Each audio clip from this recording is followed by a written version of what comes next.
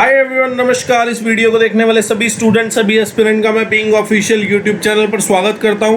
इस वीडियो में हम लोग करने वाले 5 अगस्त 2021 की शिफ्ट 3 और 6 अगस्त 2021 की शिफ्ट 1 में जो मैथ्स के 25 क्वेश्चन आप लोगों से पूछे गए CHSL 2020 के एग्जाम में, वो सभी क्वेश्चन हम लोग सॉल्व करने वाले हैं। डेली 50 प्रीवियस ईयर क्वेश्चन की प्रैक्टिस सेशन में आपके लिए लेकर आ रहा हूँ, ताकि आपकी एसएससी से जुड़े सभी एग्जाम्स की तैयारी बहुत अच्छे से हो जाए।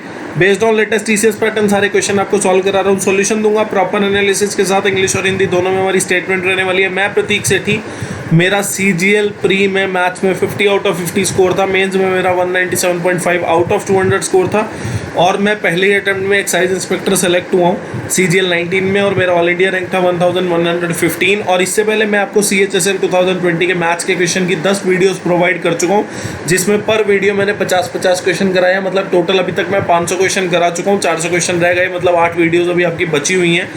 ठीक है, तो जो भी अभी तक वीडियो हो गई, 10 वीडियोस जो हुई हैं, अभी आपको आई बटन पर उनकी प्लेलिस्ट दिख जाएगी। और इससे पहले मैं आपको CHSL 2019 के भी क्वेश्चंस करा चुका हूँ। CPO 2019, CPO 2020, CGL 2019, CGL 2020 के आपको क्वेश्चन मैं करा चुका हूँ। CHSL 2020 के क्वेश्चन हमारे 20 मई तक खत्म हो जाएंगे, और ये मैं इसलिए करा रहा हूँ आपको क्योंकि 24 मई से आपके CHSL 2021 के एग्जाम है। तो उसकी ठीक पहले मैं उसकी प्रिपरेशन में आपके 4 चांद लगाना चाहता था, इसलिए मैं लास्ट मोमेंट पे आपके लिए CHSL 2020 के मैथ्स के क्वेश्चन लाया हूँ। इससे पहले मैंने 2019 के क्वेश्चन CHSL के करा दिए थे। और इसके बाद हम लोग जो करने वाले हैं, वो हम लोग क्या करने वाले हैं, एक तो हम चैप्टर वाइज भी साथ साथ मूव करना शुरू करेंगे, चैप्टर वाइज भी क्वेश्चन करेंगे। चैप्टर पढ़ने भी जो बाकी हमारे अरिथमेटिक मैथ्स के, वो एक एक करके पूरा करेंगे। और आपको पता है कि CGL 2020 का मेंस का एग्जाम होना है, तो उससे पहले मैं आपको CGL 2020 के प्री के CGL 2021 के प्री के क्वेश्चन, CHSL 2021 के प्री के क्वेश्चन, और 18, 19, 20 में जो CGL मेंस के क्वेश्चन आए थे, वो सारे क्वेश्चन मैं आपको इस चैनल पर कराऊंगा। तो चैनल पर बने रहे, वीडियो को एंड तक ज़रूर देखना, वीडियो को लाइक कर देना, चैनल को सब्सक्राइब कर देना, ताकि जो भी वीडियो मैं आपके लिए लेकर आऊँ आपसे कभी मिस ना हो। और इससे पहले रिजल्ट आने पे मैंने अपने फैमिली रिएक्शन का एक वीडियो बनाया था, अगर हो सके तो ये वीडियो ख़त्म करने के बाद वो वीडियो देख लेना, बड़ी मेहनत से बनाया था। और जल्द ही मैं आपके बीच अपना स्कोर कार्ड CGL 2019 का और रिपोर्ट कार्ड अपने चैनल का लेके आने वाला हूँ, तो वो वीडियो आपके सामने आए, तो इसलिए आप लोग चैनल को सब्सक्राइब करें।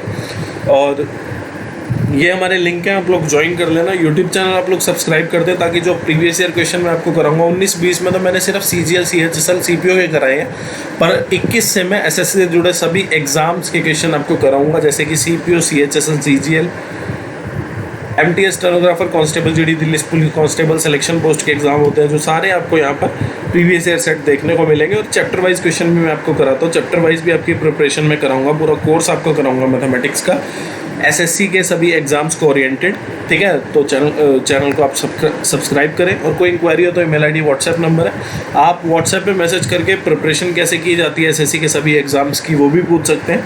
गाइडेंस किसी को चाहिए वो पूछ सकता है मुझसे, मुझे कोई दिक्कत नहीं है बताने में, और इसके लिए आपको कोई चार्ज भी नहीं पे करना। ठीक है, आपको बोला गया है क्या कि 87M6203 इज डिविजिबल बाय 6। आपको बोला है sum of all possible values of m। देखो, आपने देखा कि नंबर क्या है, 87M6203m। ठीक है, तो आपने देखा 8, 7, 15, 15 और 6 21, 21 और 3 24। अब 24 जो है वो पूरा किस पे जाएगा, आपको पता है 24 जो है पूरा 3 पे चला जाएगा। ठीक है, आपको बता रहे हैं कि नंबर जो है डिविजिबल बाय 6 होना चाहिए। देखो 6 का डिविजिबिलिटी रूल क्या होगा, आपने देखा कि 6 को अगर मैं 2 को प्राइम नंबर में स्प्लिट करूं तो क्या क्या बनते हैं, 2 और 3। मतलब अगर आपको 6 का डिविजिबिलिटी रूल बनाना है, तो आपको कौन से 2 डिविजिबिलिटी रूल फॉलो करने होंगे, एक तो 2 का करना पड़ेगा, एक 3 का। 2 का डिविजिबिलिटी रूल क्या होता है कि नंबर इवन होना चाहिए। 6 का डिविजिबिलिटी रूल, 6 के डिविजिबिलिटी रूल में 2 का डिविजिबिलिटी रूल आपको पता लग गया कि नंबर इवन होना चाहिए। और उसके बाद 3 का डिविजिबिलिटी रूल क्या कहता है कि sum of digit of a number must be divisible by 3। तो आपने देखा कि 8 और 7 15 3 पे जा रहे हैं, चलो काट दिया। 6 जो है 3 पे जाएगा, फिर 3 भी 3 पे जाएगा, तो आपने यहाँ पे देखा कि 2 बचा खाली, 2 में 2m आप ऐड करोगे। आपने देखा कि m की वैल्यू आप क्या रख सकते हो, आप रख सकते हो m की वैल्यू या तो 0 रख सकते हो, क्योंकि 0 जो है इवन नंबर है। ठीक है, क्योंकि आपको इवन नंबर बनाना है। ये 87M6203m जो नंबर है, आपको ये इवन नंबर बनाना है। मतलब ये जो लास्ट डिजिट है m, ये या तो 0 होना चाहिए, या 2 होना चाहिए, या 4 होना चाहिए, या 6 होना चाहिए, या 8 होना चाहिए। आपने देखा m की वैल्यू आपने 0 रखी है, m की वैल्यू 0 रखी, तो आपने देखा खाली 2 बना। ठीक है, तो आपने देखा m की वैल्यू 0 रखने पे खाली 2 बना, 2 जो है 3 पे नहीं जाता। फिर m की वैल्यू आपने 2 रखी, m की वैल्यू आपने 2 रखी तो देखा आपने क्या कि 2 2 जा 4 और 4 और 2 6, 6 जो है 3 पे जा रहा है, ठीक है। फिर आपने m की वैल्यू 4 रखी, m की वैल्यू आपने 4 रखी तो आपने देखा 4 दूनी 8 और 2 10। फिर m की वैल्यू आपने 6 रखी, आपने देखा m की वैल्यू 6 रखी तो 6 दूनी 12 और 2 14। फिर m की वैल्यू आपने 8 रखी, 8 रखी तो आपने देखा 8 दूनी 16 और 2 18, मतलब ये भी 3 पे जा रहा है। तो m की जो पॉसिबल वैल्यू है, जो कि कौन कौन सी दिख रही है आपको, 2 और 8, इन दोनों का सम पूछा था। 2 और 8 का सम कितना हो जाएगा आपके पास 10। इतना सा क्वेश्चन था। अब ये वाला क्वेश्चन है, आप लोग क्या करें, a इक्वल टू 30 डिग्री आपको गिवन है, पुट करते जाएं। आपने देखा ये कितना हो गया, ये हो गया साइन स्क्वायर 60, ठीक है, -3 2a। a जितना a कितना है 30 डिग्री तो 2a कितना हो जाएगा 60 डिग्री, तो -3 sine square 60 degree +2 sec square 30 degree -10 3a/2, तो 3 इंटू 30/2 और 1/3 साइन 3a, तो 3 इंटू 30 डिग्री हो गया, ठीक है। तो आपने देखा साइन 60 कितना होता है √3/2, √3/2 का स्क्वायर कितना हो गया 3/4, तो आपने देखा ये कितना हो गया -9/4, तो ये ऐसे ही हो गया। फिर उसके बाद आपने देखा कि 2 सेक स्क्वायर 30, अब सेक 30 क्या होता है 2/√3, 2/√3 का स्क्वायर कितना हो गया 4/3 हो गया, ठीक है। और यहाँ पे आपके पास कितना आएगा 10 90/2 45, एक ही होता है 10 45, तो और साइन 90 कितना होता है 1/3 हो गया यहाँ पे आपके पास। तो आपने देखा ये कितना हो गया -9/4 +8/3 -1, और नीचे कितना आएगा आपके पास 1/3। तो आपने क्या किया एलसीएम ले लिया ऊपर 12, तो यहाँ पे -27 प्लस 8 चौक 32 और -12 हो गया, और नीचे कितना हो जाएगा 1/3। तो आपने देखा 27 और 12 कितना होगा, 27 और 12 39 हो जाएगा, 32 में से 39 गए तो -7, और 3 से ये 4 पे जाएगा, तो -7/4 जो है करेक्ट आंसर हो जाएगा। अब ये वाला क्वेश्चन है, देखो पहले भी आ चुका है क्वेश्चन, आपको बोला गया है क्या कि ट्राइंगल ABC है और जिसमें BD है और CD जो है बाइसेक्ट कर रहा है एंगल B को और एंगल C को, मतलब BD जो है angle bisector of angle B और CD जो है angle bisector of angle C हो जाएगा। आपको एंगल A दिया है कितना 100 डिग्री, आपको बोला है एंगल BDC बताओ, तो ये कितना हो जाएगा आपको पता है, जो इन सेंटर बना है ये, मतलब BD और CD को जब आपने ज्वाइन करा तो आपको पता चल गया कि जो पॉइंट अब बनेगा, जो पॉइंट D बना है, मतलब angle bisector of angle B, मतलब angle bisector of angle B और angle bisector of angle C को अगर आपने ज्वाइन करा तो आपको पता है इन सेंटर पे जाके दोनों काटेंगे एक दूसरे को, तो इन सेंटर जो है पॉइंट D बन जाएगा। तो इन सेंटर पे जो एंगल बनता है वो कितना होता है 90 degree plus angle A/2, angle A कितना 100, 100/2 कितना 50, 50 में अगर आप 90 जोड़ोगे तो आप देखते हो कि कितना आएगा 140 डिग्री। अब ये वाला क्वेश्चन है, देखो आपने 2a/3d बताना, तो आप 2a/3d आपको बताना है, तो आप क्या कर सकते हैं 2/3 अलग लिख सकते हैं, a/d आप अलग लिख सकते हैं। तो आप देखो 2/3 को आप बाहर रखो, a/d निकालने का ना एक बहुत बढ़िया तरीका है क्या कि आप क्या करो, आप कभी भी ऐसे ना सॉल्व करो कि a/b b/c से पहले ये इक्वेशन बनाई, फिर इस इक्वेशन को आपने c/d की इक्वेशन के साथ सॉल्व करके फिर आपने a/b/c/d बनाया। ऐसा आप कभी भी मत करें। जब भी आपको 3 रेशो गिवन है a/b b/c c/d, तो आपको जब a/d अगर बतानी हो तो आप कैसे बताएं, देखो तरीका है इसका बहुत बढ़िया। क्या करो आप क्या करो, आप a/b into b/c into c/d कर दो, मतलब आप a/d को लिख सकते हो ना a/b into b/c into c/d आप लिख सकते हो, क्योंकि आपने देखा b से b गया, c से c गया, तो आप देखोगे a/d लिखा है। फिर आपने देखा a/b की वैल्यू कितनी, a/b की वैल्यू कितनी 3/5, b/c की 7/8, c/d की 2/3, तो आपने देखा कि 2 4 जा और यहाँ पे भी 4 जा आएगा, तो यहाँ पे 2 जा हो जाएगा, ठीक है, और 3 3 जा, तो आपने देखा 7 और 5 × 15 दूनी 30, तो 7/30 जो है आपका करेक्ट आंसर हो जाएगा। अब ये वाला क्वेश्चन है, आपको बोला है इन रेडियस जो है और सर्कम रेडियस जो है वो राइट एंगल ट्रायंगल की आपके पास कितनी है 3 सेंटीमीटर। इन रेडियस को आपको पता है छोटे r से डिनोट करते हैं, स्मॉल r, और कैपिटल R को आप लोग सर्कम रेडियस से डिनोट करते हैं, सर्कम रेडियस को आप कैपिटल R से डिनोट करते हैं। आपको एक फॉर्मूला पता है, जब भी राइट एंगल ट्रायंगल में आपको इन रेडियस और सर्कम रेडियस आपको गिवन हो तो आपको पता है, चलो आप क्या करो, परपेंडिकुलर को A मान लो, बेस को B मान लो और इसको C मान लो। आपने देखा कि सर्कम रेडियस जो होती है वो हाइपोटेन्यूज का आधा होती है। आपको पता है ये चीज़ के सरकम रेडियस जो होती है वो हाइपोटेन्यूज का आधा होती है, ठीक है। तो आपने देखा कि सरकम रेडियस जो है हाइपोटेन्यूज का आधा है, तो हाइपोटेन्यूज कितना हो जाएगा, सरकम रेडियस का 2 गुना। सबको पता है ये बात कि अगर यहाँ पे हाइपोटेन्यूज का आधा है तो ऊपर वाली लेंथ भी आर हो जाएगी, नीचे वाली लेंथ भी आर हो जाएगी, और यहाँ से लेके यहाँ पे आप ज्वाइन करोगे तब भी आपका आर आ जाएगा। तो आपने देखा सी की वैल्यू किसके इक्वल हो गई, 2r, तो 2 × 12.5 कितना हो गया, 25 सेंटीमीटर। एक चीज़ तो ये आपके पास हाइपोटेन्यूज आ गया कितना, 25 सेंटीमीटर, ठीक है। उसके बाद आपको एक और फॉर्मूला पता है क्या, कि r प्लस मतलब इन रेडियस प्लस सरकम रेडियस जो होती है वो बेस प्लस परपेंडिकुलर बाय 2 होती है, ठीक है। तो आपने देखा कि अगर हमें बेस प्लस परपेंडिकुलर की वैल्यू निकालनी है तो ये कितना हो जाएगा, 2 × इन रेडियस प्लस सरकम रेडियस। तो आपने देखा 12.5 प्लस 3 कितना होगा, 15.5 × 2 कितना हो जाएगा, 31 सेंटीमीटर। मतलब आपके पास बेस और परपेंडिकुलर का जोड़ कितना आ गया, 31। अब बात आ जाती है सारी कहाँ पे, ट्रिपलेट पे। देखो कैसे हम लोग निकाल सकते हैं। आपने देखा ए और बी मतलब बेस और परपेंडिकुलर का जोड़ कितना, 31। अब आपको पता है 25 अगर हाइपोटेन्यूज हो तो आपको पता है कि 15, 20, 25 का एक ट्रिपलेट होता है। फिर आपने देखा 15 और 20 जो कि बेस और परपेंडिकुलर होंगे, इन दोनों को जोड़ूंगा तो 35 आएगा, पर बेस और परपेंडिकुलर को जोड़ के आना चाहिए कितना, 31। अब एक और ट्रिपलेट होता है क्या, 7, 24, 25 मतलब 7, 24, 25 जिसमें 25 क्या होगा, आपका हाइपोटेन्यूज होगा।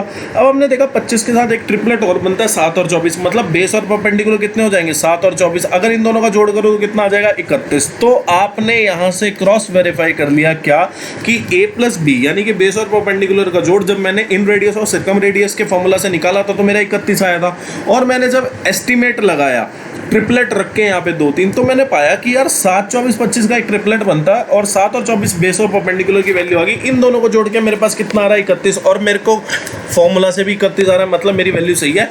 अगर कोई ये वैल्यू नहीं एस्टिमेट कर पाए तो देखो उसके लिए भी तरीका है। आपको पता है हाइपोटेन्यूज का स्क्वायर प्लस बेस का स्क्वायर क्या होता है, परपेंडिकुलर का स्क्वायर प्लस बेस का स्क्वायर क्या होता है, आपका हाइपोटेन्यूज का स्क्वायर होता है। ऐसा पाइथागोरस बाबा कह गए थे आपको। और a प्लस बी की वैल्यू आपने कितने निकाल ली, 31 सेंटीमीटर। अब आप इन दोनों को सॉल्व करोगे तो आपके पास a और b की वैल्यू आ जाएगी जो कि 7 और 24 आई है, ठीक है।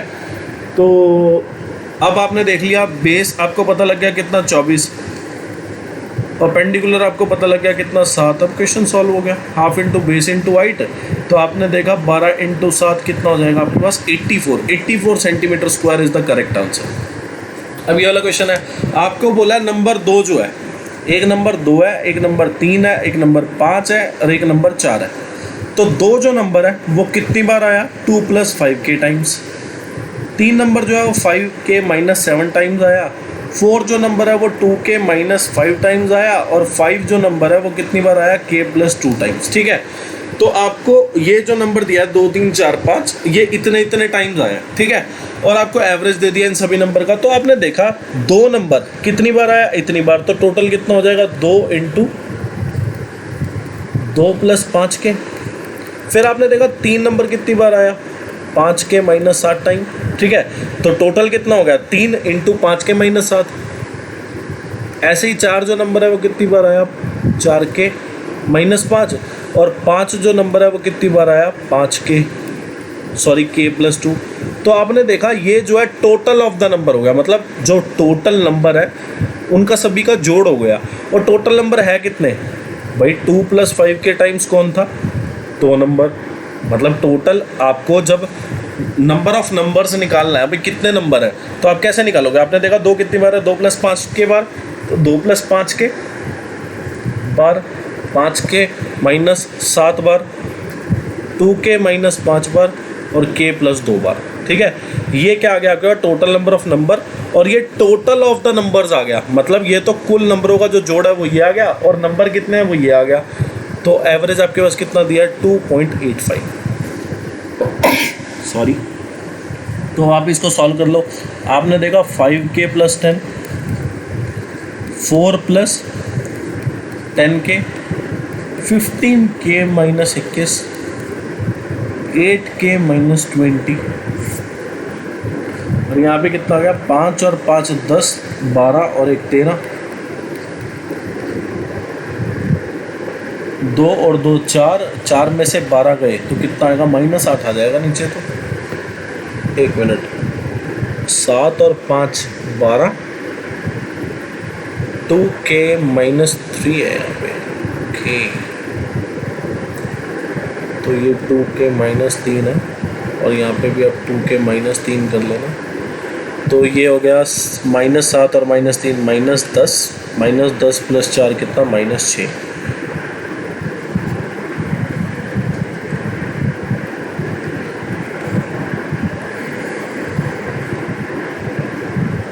चार 12। ठीक है, तो आपने सॉल्व कर लिया इसको। आपने देखा 5 और 10, 15 + 15, तो ऊपर हो गया कितना? 38k। और 10 और 4 14, 14 में से 33 गया तो कितना हो जाएगा? -19। और 2.85, इसको अगर देखें तो 285/100, और अगर मैं इसको 5 पे काट दूं तो आप देखोगे कि 57/20 आ जाएगा, 13k -6। ठीक है, और आपने देखा कि इस नंबर को मैं क्या लिख सकता हूँ? इस नंबर को मैं लिख सकता हूँ 19 को कॉमन लेके 2k -1, तो 19 जो है इसको कितने पे काटेगा? 3 पे। ठीक है, तो 2k -1 × 20 और 3 तिया 39k -18। तो आपने देखा कि कितना हो जाएगा? 40k, k आ जाएगा, -20 इधर प्लस हो जाएगा तो 2 हो जाएगी। k की वैल्यू 2 आ गई आपके पास। k की वैल्यू 2, तो 2 + 5k कितना हो गया आपका? 12। ये कितना हो गया? 3। ये कितना हो गया? 1। और k की वैल्यू ये कितना हो गया? 4 हो गया। मतलब 2 जो नंबर है वो 12 है, 3 जो नंबर है 3 बार है, 4 जो नंबर है 1 बार है, 5 जो नंबर है 4 बार है। आपको बोला गया later on the number 2 was replaced by 6, मतलब अब 2 की जगह 6 आ गया। और अब बताना है कि average of the new number, मतलब नए जो नंबर है उनका एवरेज कितना है। तो 2 की जगह तो 6 आ गया, 3 की जगह 3 ही रहेगा, 4 की जगह 4 ही रहेगा, 5 की जगह 5 ही रहेगा। तो आपने देखा 6 नंबर जो है 12 बार, तो 6 12 जा कितना हो गया? 72। 3 नंबर जो है 3 बार, 4 नंबर जो है वो कितनी बार? 1 बार। 5 जो नंबर है 4 बार, तो 5 चौक 20, और डिवाइड कर देंगे इसको किससे? 12 + 3 15 + 1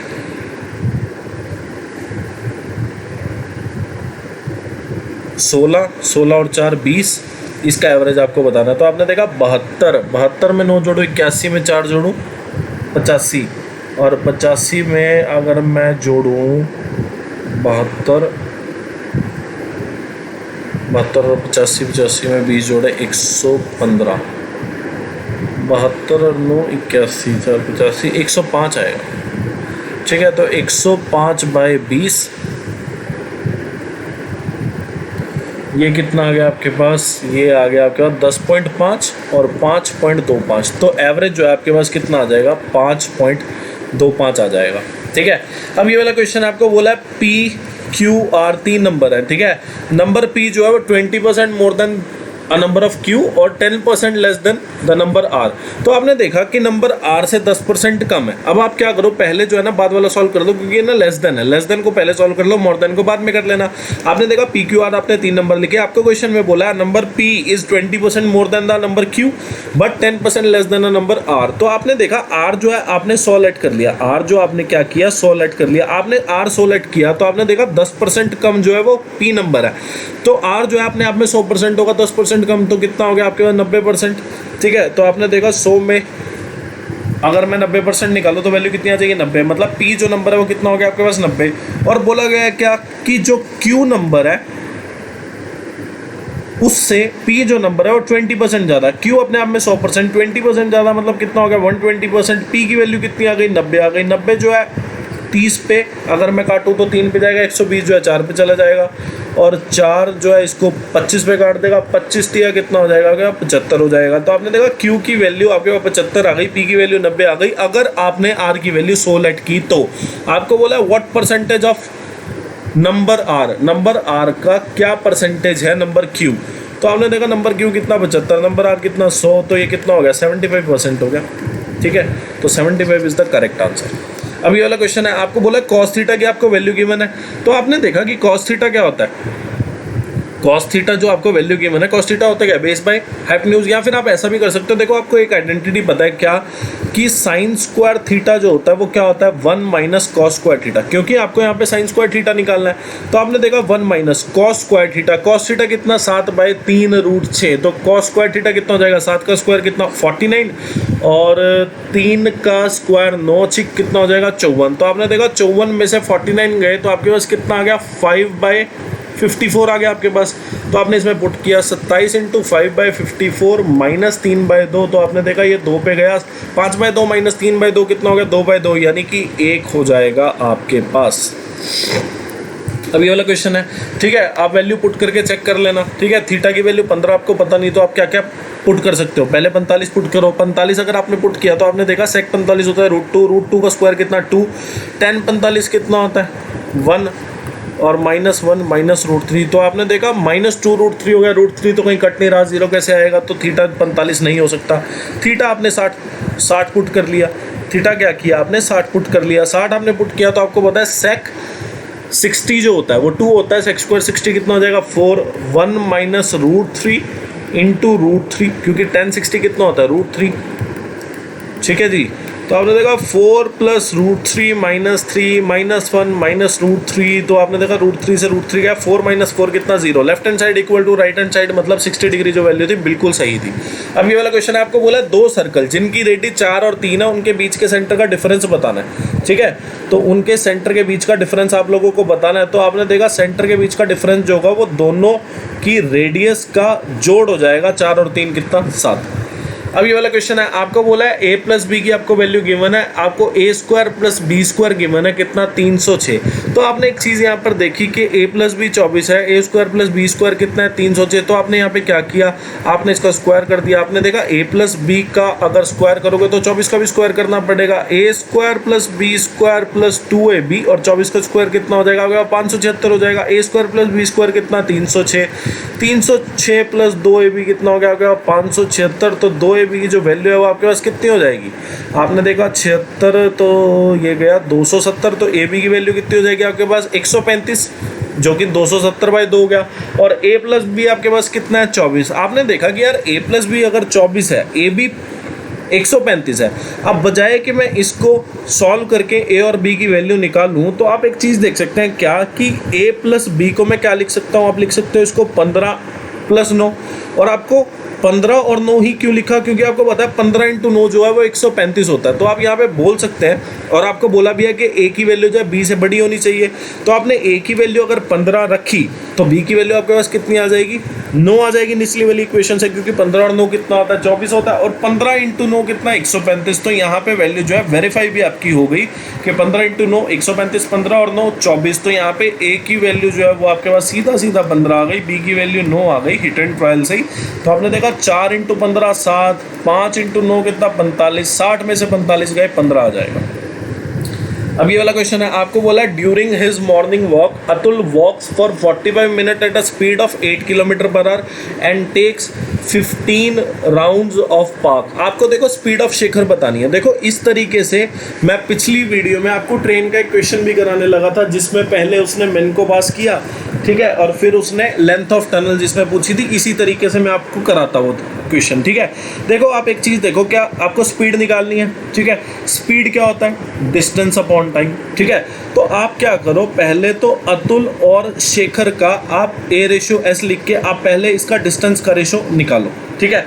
अतुल और शेखर के डिस्टेंस का रेशो निकालो, क्योंकि स्पीड क्या होता है डिस्टेंस अपॉन टाइम। हम डिस्टेंस और टाइम के रेशो से हम स्पीड का क्वेश्चन सॉल्व कर देंगे बड़े नाम से। देखो कैसे, आपने देखा डिस्टेंस अतुल ने कितना ट्रेवल किया, आपने देखा अतुल ने 15 राउंड लगाए और शेखर ने कितने राउंड लगाए 10 राउंड लगाए। तो आपने देखा कि 3:2 जो है डिस्टेंस का रेशो हो गया किसके, अतुल और शेखर के, कि अतुल और शेखर आपस में एक दूसरे से 3:2 डिस्टेंस ट्रेवल करते हैं। मतलब अतुल ने अगर 3 डिस्टेंस ट्रेवल किया तो शेखर ने कितना ट्रेवल किया 2। बात सिर्फ इतनी सी है। आपने क्या करा 15 राउंड और 10 राउंड का, अतुल 15 राउंड ट्रेवल करता है, शेखर जो है 10 राउंड काटता है। तो आपने देखा कि 15 और 10 राउंड का आपने सबसे पहले क्या किया, रेशो ले लिया।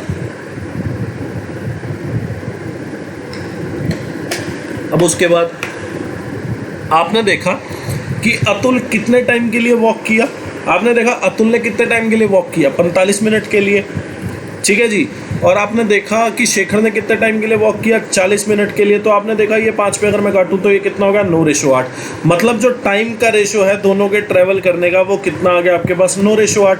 तो आप अब अतुल रेशो शेखर दोबारा लिखो। आपने देखा डिस्टेंस का कितना रेशो था, 3:2। आपने देखा इस फॉर्मूला से आप क्या कह सकते हो, आप एक बात बोल सकते हो कि स्पीड जो है डायरेक्टली प्रोपोर्शनल टू डिस्टेंस है और स्पीड जो है इनवर्सली प्रोपोर्शनल टू टाइम है।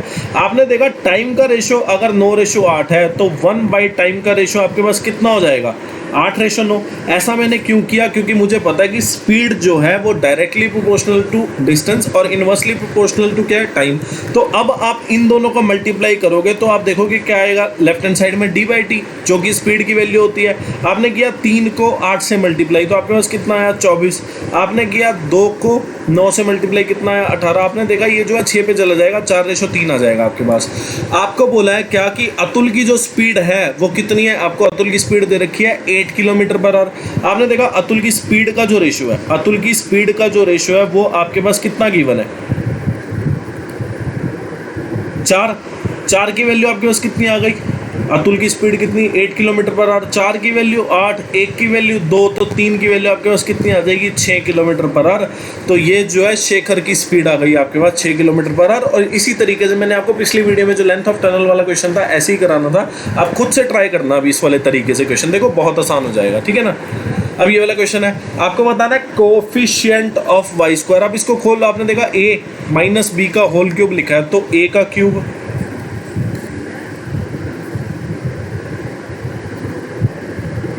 माइनस बी का क्यूब,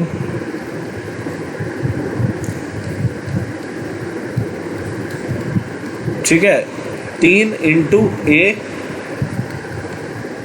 इंटू बी और a माइनस बी, ठीक है। तो आपको बताना है वाई स्क्वायर का। अब आप इसको खोलोगे y की पावर 6, ये जो है कांस्टेंट हो जाएगा। अब आप इसको इससे मल्टीप्लाई करोगे तो आप देखोगे y की पावर 4 आ जाएगी। अब आप इसको इससे मल्टीप्लाई करोगे तो वाई स्क्वायर का कोफिशिएंट बनेगा, देखो माइनस इंटू माइनस, यहाँ पे माइनस है, यहाँ पे माइनस है, माइनस माइनस तो प्लस हो जाएगा। पहली बात तो ये दोनों ऑप्शन गलत, ठीक है।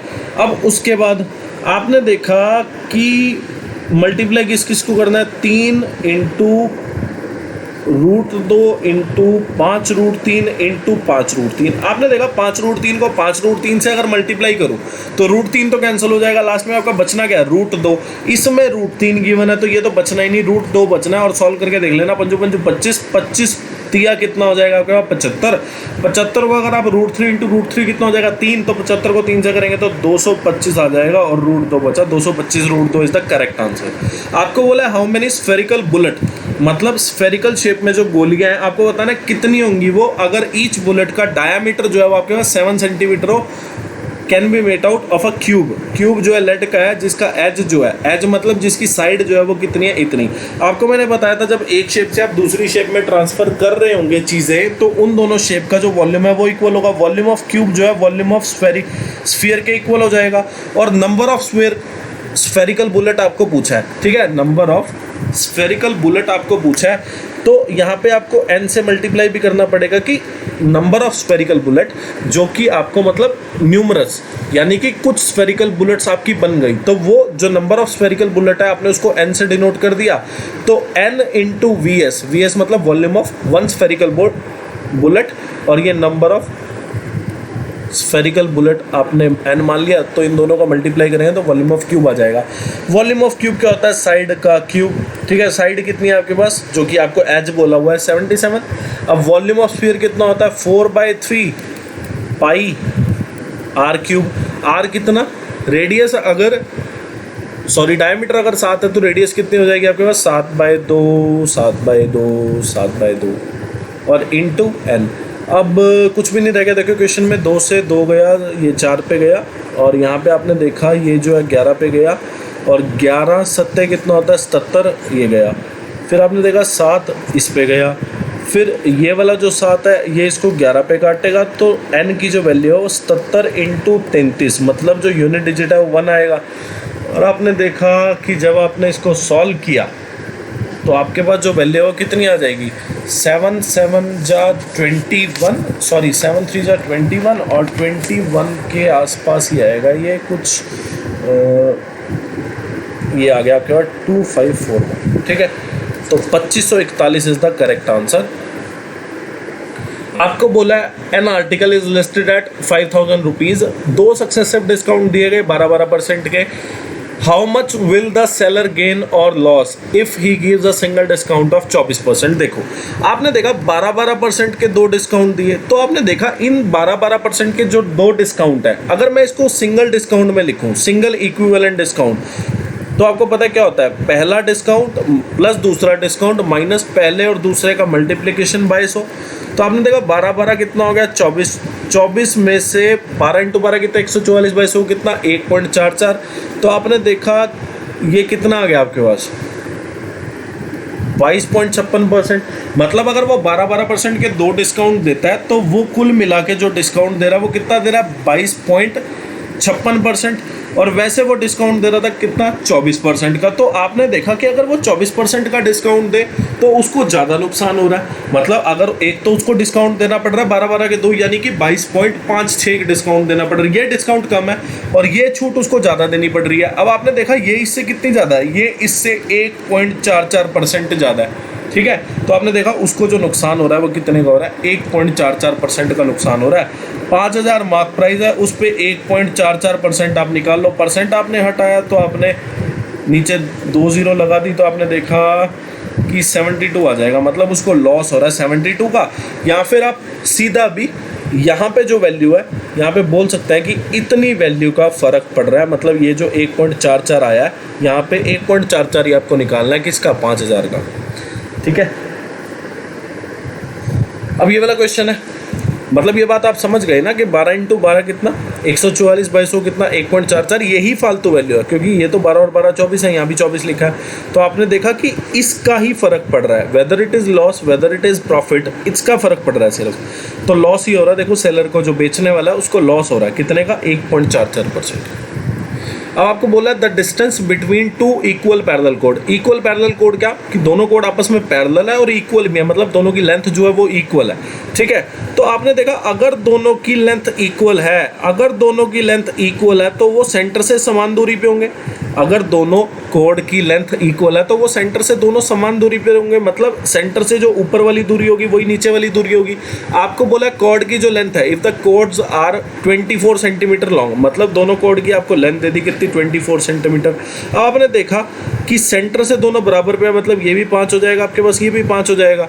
और आपको पता है कि अगर आप सेंटर से परपेंडिकुलर डालो, अगर आप सेंटर से परपेंडिकुलर डालो तो कोड को 2 इक्वल हिस्सों में डिवाइड कर देता है। वो ये 12 आ गया, ये 12 आ गया। सेंटर से आपने क्या किया, ये पॉइंट ज्वाइन कर दिया। आपने देखा 90 डिग्री की एंगल बन रही है।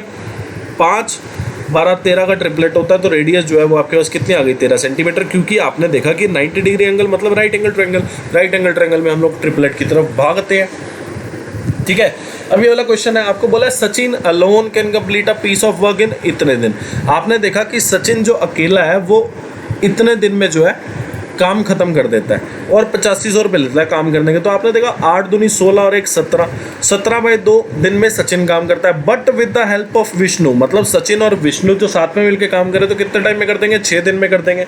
सचिन जो है हेल्प अगर विष्णु की लेता है तो काम जो है 6 दिन में खत्म हो जाता है। आपने देखा कि अब ये टोटल टाइम है तो आपके पास क्या आ गया टोटल वर्क आ गया। टोटल वर्क कैसे निकालेंगे, एलसीएम लेके 17 और 6 का एलसीएम कितना हो जाएगा 102। तो आपने देखा कि 1 डे वर्क ऑफ सचिन जो है वो आपके पास कितना आ जाएगा, आपने देखा 102 बाई 17 6 12 आ जाएगा और यहाँ पे कितना आ जाएगा आपके पास 17 आ जाएगा। तो आपने देखा क्वेश्चन में आपको बोला कि सचिन जब अकेला काम करता है, सचिन जब अकेला काम करता है तो पूरे काम करने के 8500 रुपये लेता है। अब सचिन जो है विष्णु की मदद के साथ काम कर रहा है, तो आपने देखा सचिन जब विष्णु की मदद के साथ काम करेगा तो लेगा तो 8500 टोटल काम के। सचिन को भी 8500 मिले तो विष्णु के साथ जब काम करेगा तब भी उसको 8500 ही मिलेंगे क्योंकि काम तो उतना ही है, काम तो सेम ही कर रहे हैं ना। तो सेम काम के जितने पैसे पहले बनते हैं तो उतने ही पैसे बाद में बनेंगे। अब आपने देखा सचिन और विष्णु जो है एक दिन में 17 काम करते हैं, जिसमें से सचिन जो है एक दिन में 12 काम करते थे, तो विष्णु ने कितना काम किया 5 काम किया। मतलब आपने देखा कि सचिन अगर 12 काम करता है जो कि 1 डे वर्क का रेशो कह लो या एफिशिएंसी का रेशो कह लो, तो विष्णु कितना काम करता है? अगर सचिन एक दिन में 12 काम करता है तो विष्णु कितना काम करता है? 5, तभी दोनों का काम मिला के कितना हो जाता है? 17 एक दिन का। तो आपने देखा कि सचिन अगर 12 काम करता है तो उतनी टाइम में विष्णु जो है 5 काम करता है। तो ये 12%, मतलब ये 12 रेशो में एफिशिएंट है, ये 5 रेशो में। अब एफिशिएंसी के रेशो में पूरे पैसे डिवाइड कर दो। आपने देखा दोनों का मिला के जो एफिशिएंसी है वो कितना हो गया? 12 + 5 17, मतलब 17 काम की या 17 एफिशिएंसी की उसको कितने पैसे मिले? 8500। तो एक की वैल्यू कितनी? 500। अब आपने बताना है कि विष्णु को कितने पैसे मिले। अब उसकी जो 5 रेशो है, 5 की वैल्यू कितनी हो जाएगी? 2500, मतलब 8500 में से 2500 रुपये जो हैं वो किसको मिले? विष्णु को। 6000 रुपये किसको मिले? सचिन को, क्योंकि सचिन ने विष्णु की मदद ली थी। अब ये वाला क्वेश्चन है, देखो सबसे पहले आपको अगर x की पावर 4 + y की पावर 4 अगर आपको बनाना है तो आपको क्या बनाना पड़ेगा? सबसे पहले x + y, ठीक है, x + y आपको बनाना पड़ेगा, फिर उसका स्क्वायर करोगे, फिर उसकी पावर 4 करोगे। ये क्वेश्चन हम पहले भी कर चुके हैं, पर मैं इसका एक और तरीका बताता हूँ आपको। आपने देखा x³ - y³ क्या होता है? x - y का होल स्क्वायर प्लस 3xy। इसकी वैल्यू आपको कितनी दे दी? 316। अब इसकी वैल्यू कितनी है? 4 जो है 316 कितने पे काटेगा? आपने देखा 28 और 36, ठीक है। और x - y कितना? 4 का स्क्वायर कितना? 16। और यहाँ पे 3xy और यहाँ पे कितनी आ गई वैल्यू? 79। 3xy की वैल्यू जो है वो 79 - 16, यानी कि वैल्यू कितनी हो गई आपके पास? 63 हो गई। xy की वैल्यू कितनी हो गई? 21 हो गई। xy की वैल्यू आपके पास 21 है और x - y की वैल्यू आपके पास कितनी है? 4। तो आप यहाँ से देख सकते हो कि अगर मैं हिट एंड ट्रायल करूँ, आपको पता है 21 के 2 ही फैक्टर होंगे, क्या? 7 और 3। मतलब अगर x की वैल्यू 7 हो, y की वैल्यू 3 हो, आपने देखा 7 - 3 कितना? 4। क्रॉस वेरीफाई करके देखा तो आपने देखा x और y की वैल्यू जो आपने 7 और 3 मानी वो बिल्कुल सही है। अब आप ऐसा नहीं कर सकते कि x की वैल्यू 3 मानोगे, y की वैल्यू आप 7 मान लोगे। क्यों नहीं मान सकते? क्योंकि अगर आप x की वैल्यू 3, y की वैल्यू 7 मानोगे तो -4 आ जाएगा, और दिया कितना आपको? 4 दिया है। मतलब ये जो वैल्यू है बिल्कुल सटीक है x और y की। अब आपको x + y निकालने की जरूरत नहीं, कुछ निकालने की जरूरत नहीं। आप क्या करो? 7 की पावर 4 कर दो, मतलब 7 की पावर 4 मतलब 49 का स्क्वायर, और 3 की पावर 4, 3 × 9 = 27, 3 × 81, और 7 की पावर अगर आप 4 करोगे तो ये कितना होगा? 49 का स्क्वायर। 49 का स्क्वायर कितना होता है? 2401। तो आपने देखा 2482 is the correct answer. 19 question अब सॉल्व करते हैं। चलो, आपने देखा 6 पंजे 30 और 1 31/6, और ये कितना है? 3 × 9 और 1 10/3। 10/3 को आप लिख सकते हो 20/6। तो आपने देखा इसको सॉल्व करके कितना आ गया आपके पास? 11/6। 11/6 को किससे सॉल्व करना है आपको? 3/11 से। तो ये कितना हो गया? 1/2, या फिर 3/6 ही रहने दो आप इसको। आप ना इसको 3/6 ही रहने दो, इसको मत काटो, ठीक है। इसको आपको सॉल्व करना है 29/6 - 3/6। अब ये कितना हो गया आपके पास? ये आपके पास हो जाएगा 26/6। 26/6 यानी कि 13/3 हो जाएगा आपके पास। अब 7/33 को आपको 13/3 से जोड़ना है। तो आपने देखा 33 अगर एलसीएम है तो ये कितना आ जाएगा? 77 + 13, ठीक है। और इसको आपने सॉल्व किया तो ये कितना आ गया आपके पास? 198 और 200/11, ठीक है, डिवाइड बाय, तो ये कितना हो गया आपके पास? ये आपके पास आ जाएगा 90, ठीक है। तो 200/11 × 33/90 आ गया। कुछ गड़बड़ हो गई शायद, ठीक है। तो 33/13/3, तो ये हो गया 3/11, 11/6 है ना। 3/11, 3/6 हो गया, 29/6, 26/6, तो 26/6 हो जाएगा 13/3। और 13/3 को अगर मैं 7/33 से जोड़ूं तो 33 एलसीएम, अच्छा सॉरी 33 एलसीएम उल्टा हो गया।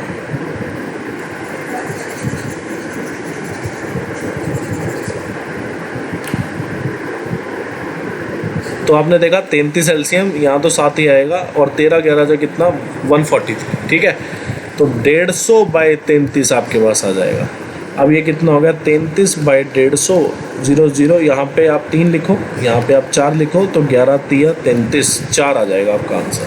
ठीक है, अब ये वाला क्वेश्चन है, आपको बोला Krishna invested a sum of 25,000 in 2 parts. ठीक है, कृष्णा ने जो इन्वेस्ट किए सम ऑफ 25,000 2 पार्ट्स। एक तो उसने सिंपल इंटरेस्ट पे दे दिया, आपने मान लिया कि सिंपल इंटरेस्ट पे जो उसने प्रिंसिपल दिया, आपने मान लिया कि सिंपल इंटरेस्ट पे जो उसने प्रिंसिपल दिया, आपने उसको एक्स मान लिया, तो कंपाउंड इंटरेस्ट पे जो उसने प्रिंसिपल दिया वो कितना हो जाएगा आपका 25,000 माइनस एक्स। ठीक है, आपको बोला है he earned 11% per annum simple interest on part 1 and 10% compound interest annually on part 2। ठीक है, if the total interest received by him, देखो पहली बात तो आपको पता है सिंपल इंटरेस्ट का फॉर्मूला क्या होता है, सिंपल इंटरेस्ट का फॉर्मूला होता है P into R into T by 100।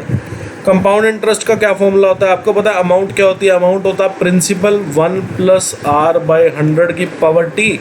तो कंपाउंड इंटरेस्ट कितना होगा, अमाउंट माइनस प्रिंसिपल, तो ये कितना हो जाएगा,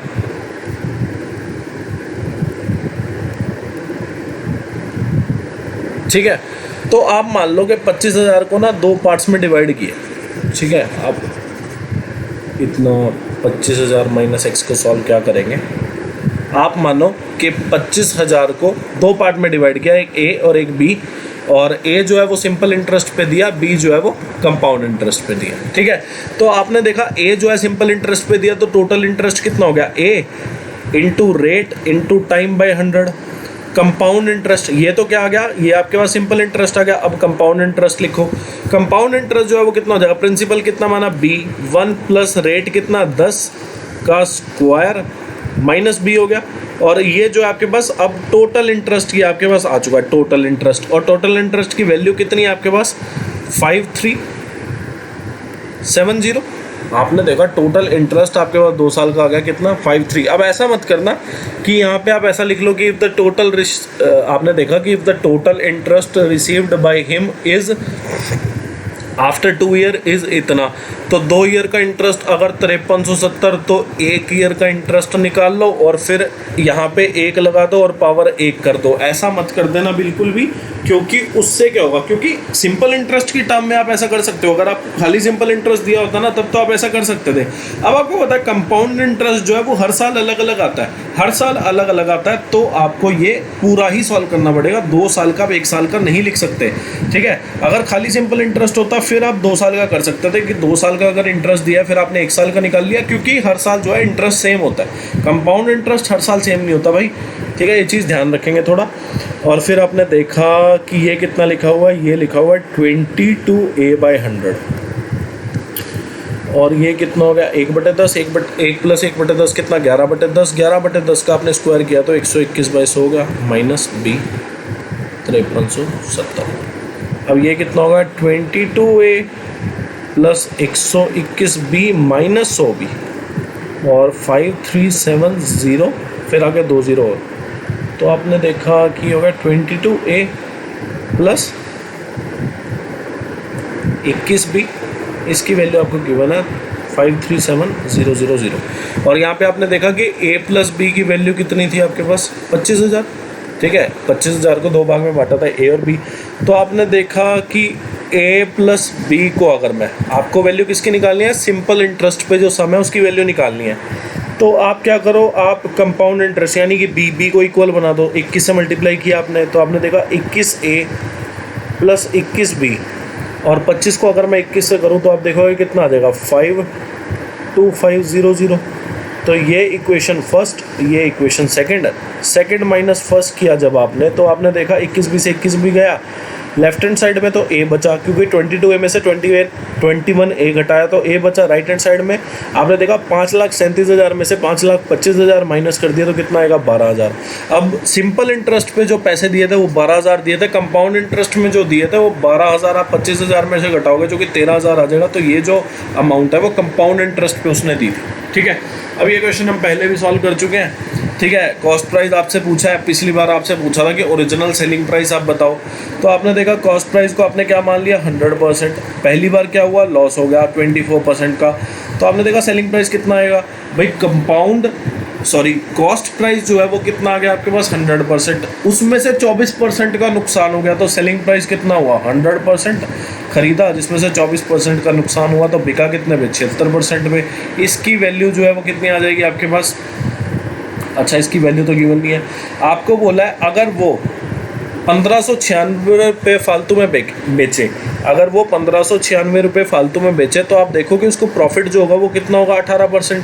तो आपने देखा कॉस्ट प्राइस 100%, प्रॉफिट 18%, तो सेलिंग प्राइस कितना हो जाएगा 100 + 18 कितना हो जाएगा 118%। तो आपने देखा कि सेलिंग प्राइस पहले कितना था 76, अब कितना हो गया 118, तो आपने देखा सेलिंग प्राइस कितना इंक्रीज़ हो गया 42%। मतलब सेलिंग प्राइस कितना ज़्यादा पे किया 42%, और कितना ज़्यादा पे रुपीज़ में किया वो कितना आ गया 1596। 1% की वैल्यू कितनी आ गई, 1% की वैल्यू आपके पास आ गई कितनी 38। ठीक है, और आपको बताना है आप कॉस्ट प्राइस मतलब जो आपने 100% माना था 100% की वैल्यू कितनी हो जाएगी आपके पास 3800 रुपये जो आपका करेक्ट आंसर है। अब ये वाला क्वेश्चन आपको बोला है total number of graduate level है वो ऊपर दिया है 5 इंस्टीट्यूट में, पोस्ट ग्रेजुएट लेवल नीचे दिया है।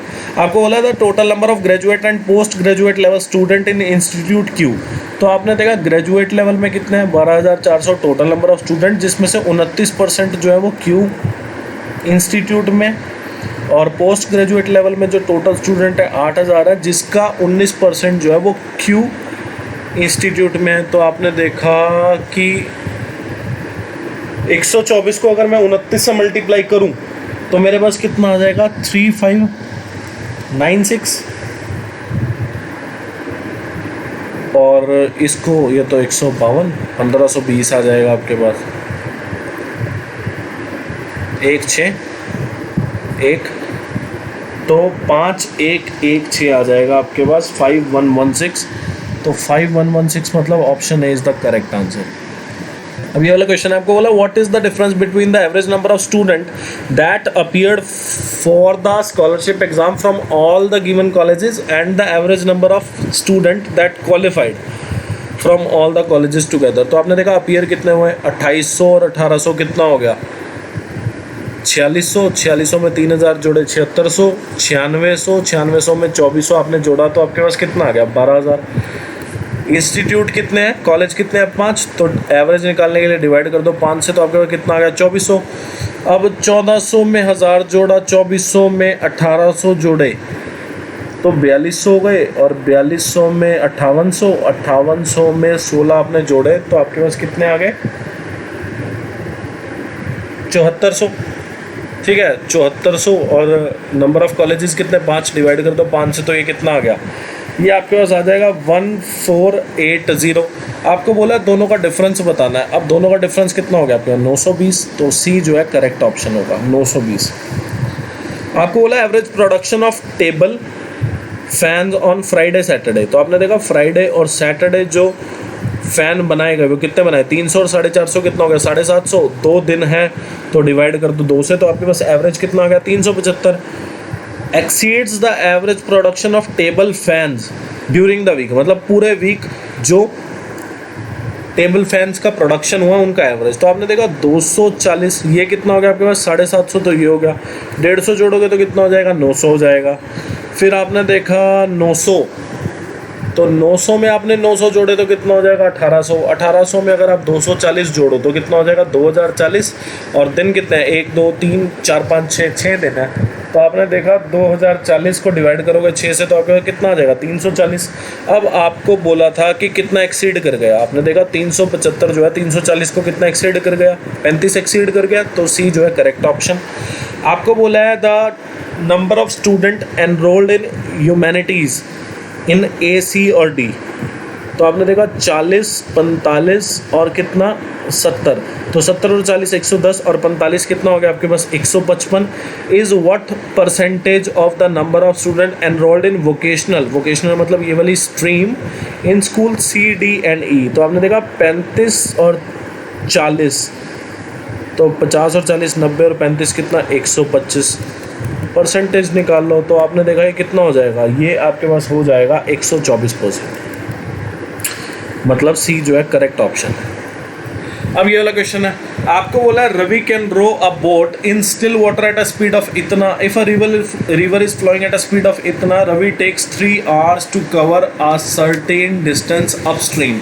आपको बोला गया कि उसको सेम डिस्टेंस अगर डाउन स्ट्रीम ट्रेवल करना पड़ता तो उसको कितना टाइम लगता।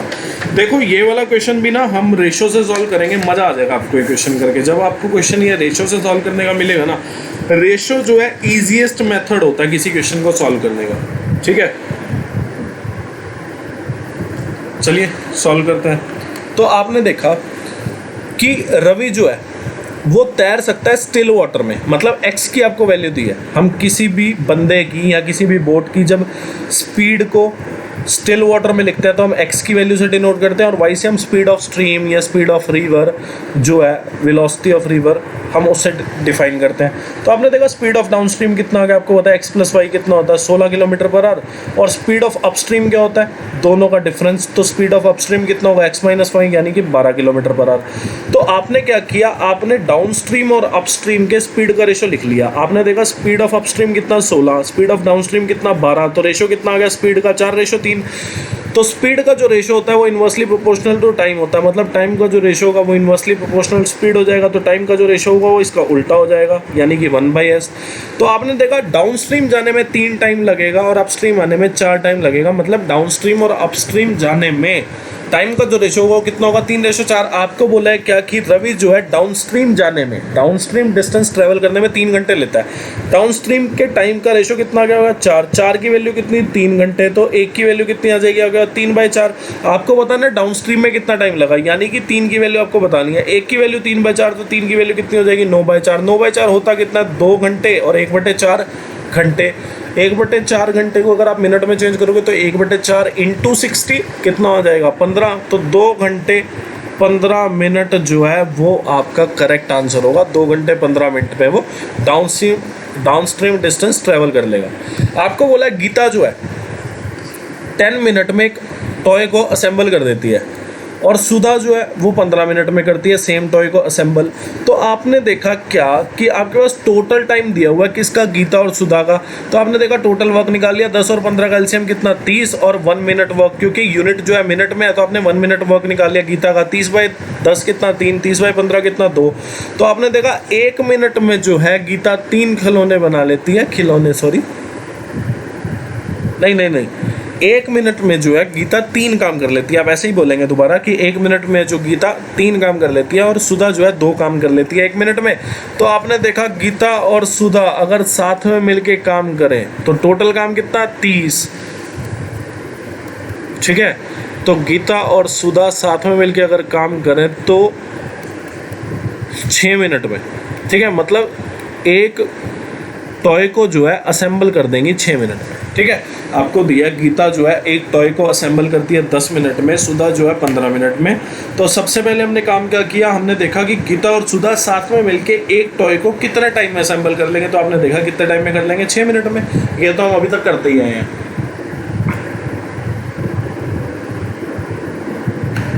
और सबसे ईजीएस्ट और सबसे पहली कराई जाने वाली चीज़ है जो अभी तक मैंने आपको इस क्वेश्चन में बताया, ये सबसे पहले कराया जाता है टाइम एंड वर्क के चैप्टर में, ठीक है।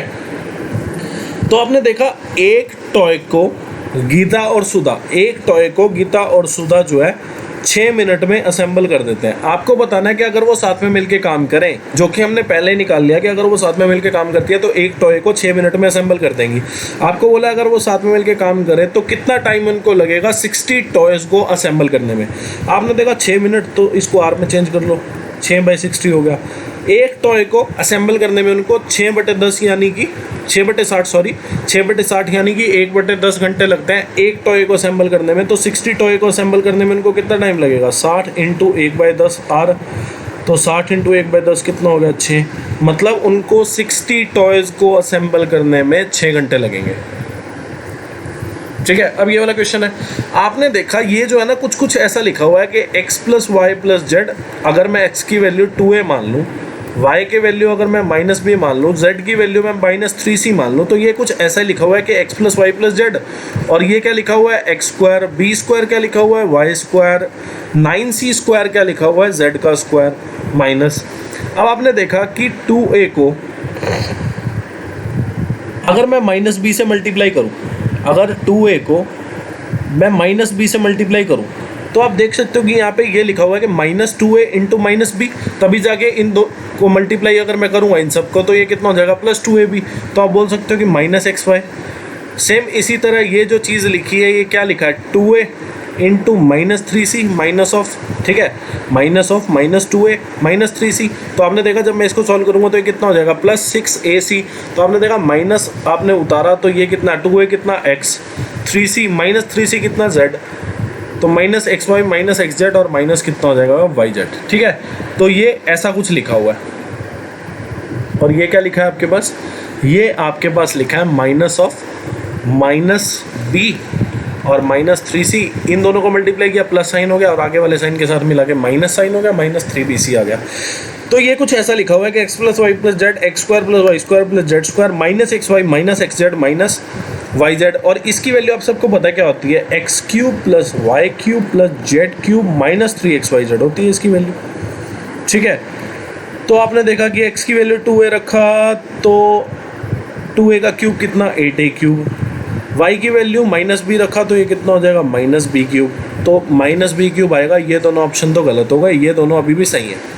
और z की वैल्यू आपने देखा -27c³,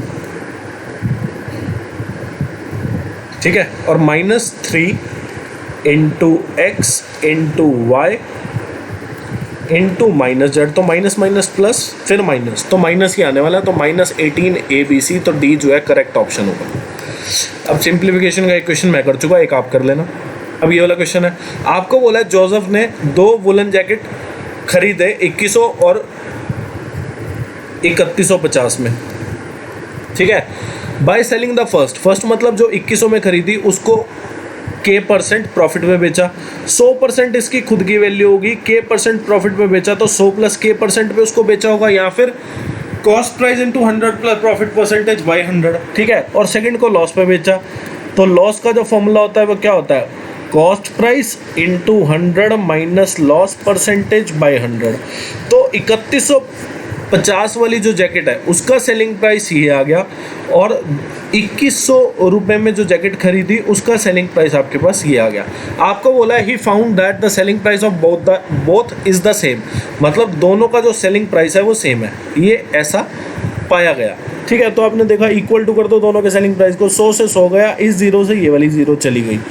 अब आपने देखा कि 210 जो है, अगर मैं देखूं कि कितने में जाएगा, आप देख सकते हो कि हम इसको सॉल्व करें अगर, तो ये 35 पे 9 पे जाएगा, है ना, और ये 35 दूनी 70, तो ये 6 पे जाएगा, ये 2 पे गया और ये 3 पे गया, ठीक है। हमने फर्दर क्या किया, इसको 35 दिया, 105 पे काट दिया, तो 105 दूनी 210 और 105 दिया, ठीक है, 2 और 3 पे कट जाएगा, तो 2 × 100 200 प्लस 2 के 300 माइनस 3 के, तो आपने देखा 5 के की जो वैल्यू है वो कितनी आ गई आपके पास, 300 माइनस 200 कितना 100, तो के की वैल्यू कितनी आ जाएगी 100/5, यानी कि आपके पास कितना आ गया, के की वैल्यू 20 आ जाएगी।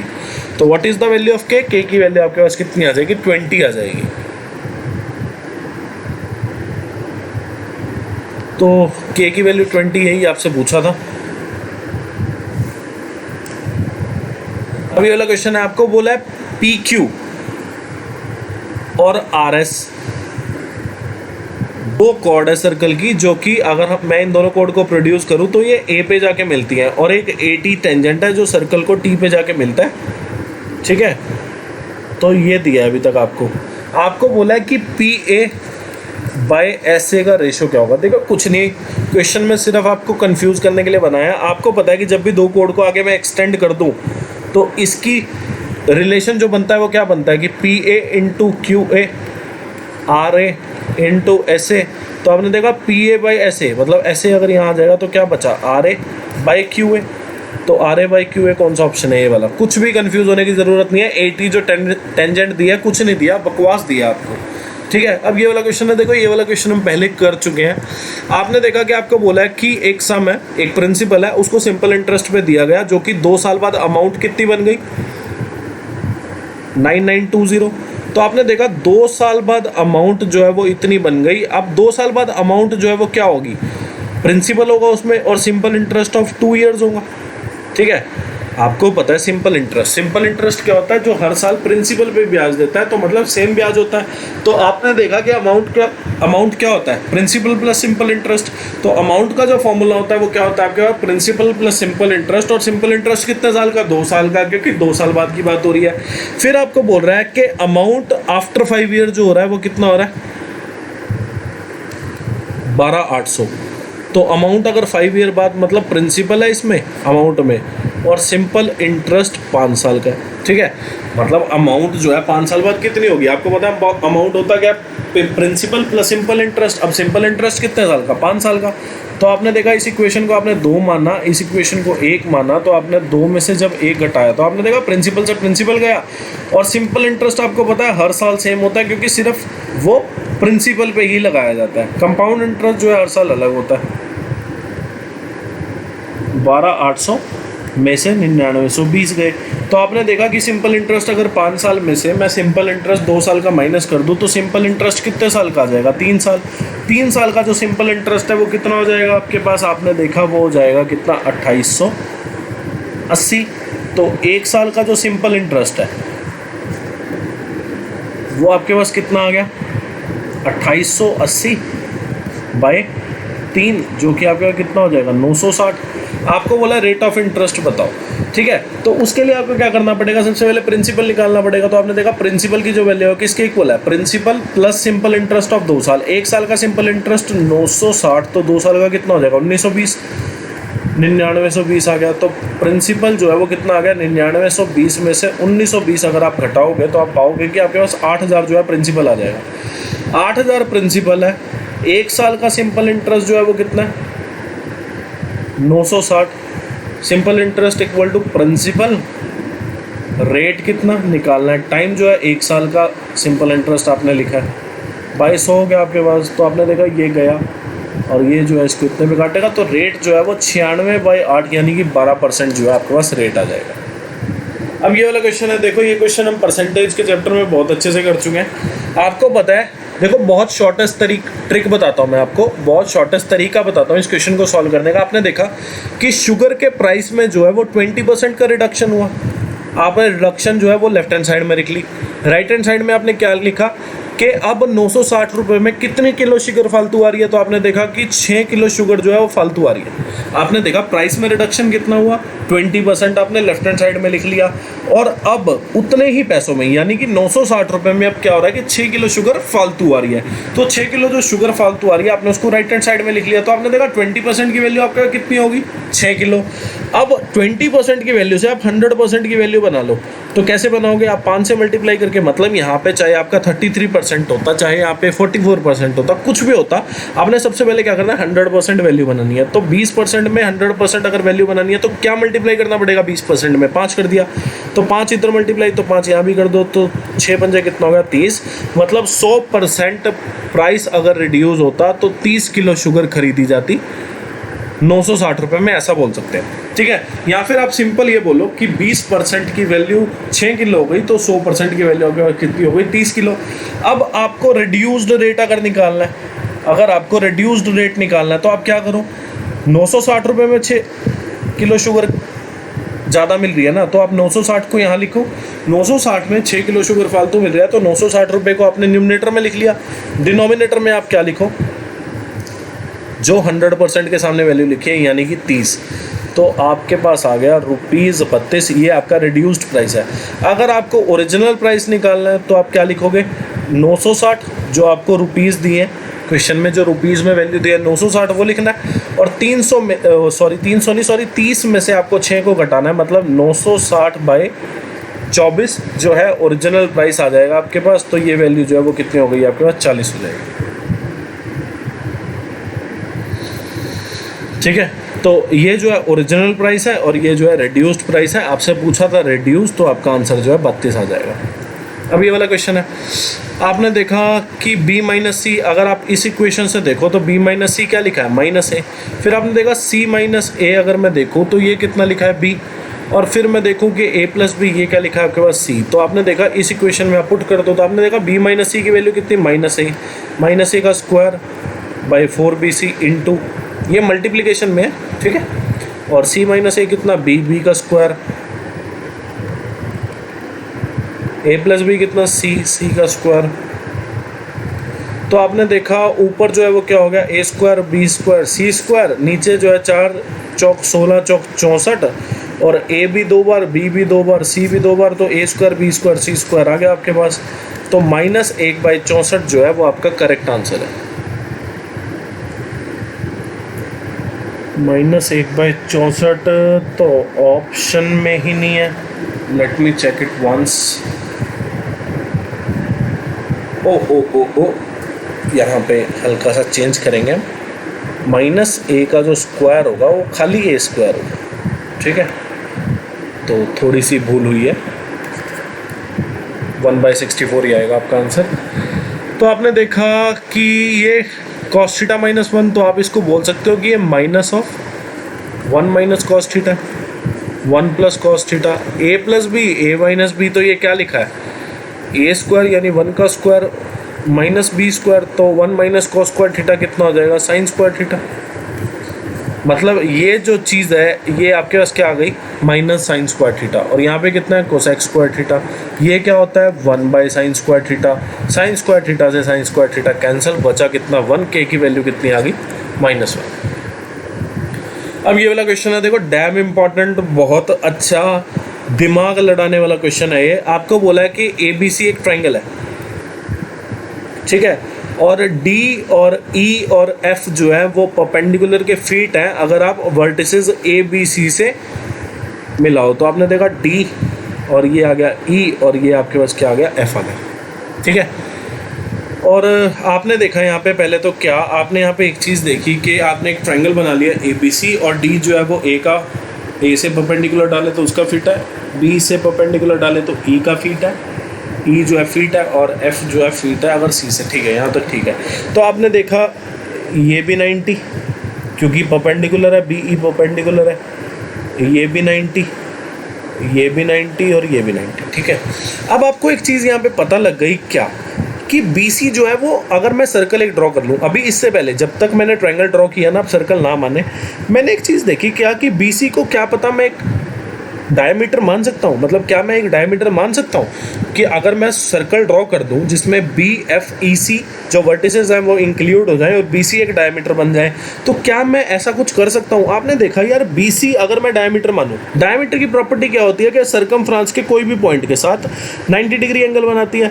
तो आपने देखा पॉइंट E पे भी 90 डिग्री एंगल बना रही है BC, और पॉइंट F पे भी। तो मैं ऐसा बोल सकता हूँ कि मैंने क्या किया, एक सर्कल ड्रॉ कर दिया, ठीक है, मैंने BFEC से पास होता हुआ, चारों वर्टिसेस से पास होता हुआ एक सर्कल ड्रॉ किया, और सर्कल मैंने ड्रॉ किया तो मैंने उसको जो डायमीटर दिया वो BC मैंने डायमीटर दे दिया, क्योंकि BC ना एक कंडीशन फुलफिल कर रहा था, क्या कि BC जो है वो एंगल, मतलब BC जो है वो पॉइंट F के साथ भी 90 डिग्री एंगल बना रहा था, पॉइंट E के साथ भी, और डायमीटर जो है हमेशा सर्कमफ्रांस के पॉइंट के साथ 90 डिग्री एंगल बनाते हैं। इस बेसिस पे मैंने क्या किया कि BC को डायमीटर मान के मैंने एक सर्कल ड्रॉ कर दिया, और FE जो है वो वर्टिसेस सर्कल के सर्कमफ्रांस के पॉइंट पे आ गए, ठीक है। तो आपको एंगल पता है कौन कौन से एंगल, BED भी पता है आपको, BED सॉरी, ये वाला जो एंगल है ये एंगल आपको पता है, BED जो है ये कितना है, 24, और आपको पता है एंगल BFE जो है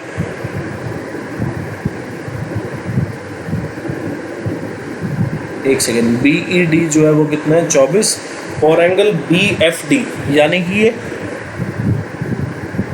BFE है ना, एक तो BED हो गया और BFE, ठीक है, ये पूरा एंगल आपको पता है कितना है, 110 डिग्री। तो आपने देखा ये 90, अगर BFC 90 तो ये ऊपर वाला जो एंगल है ये कितना रह जाएगा आपके पास, 20 डिग्री, ठीक है।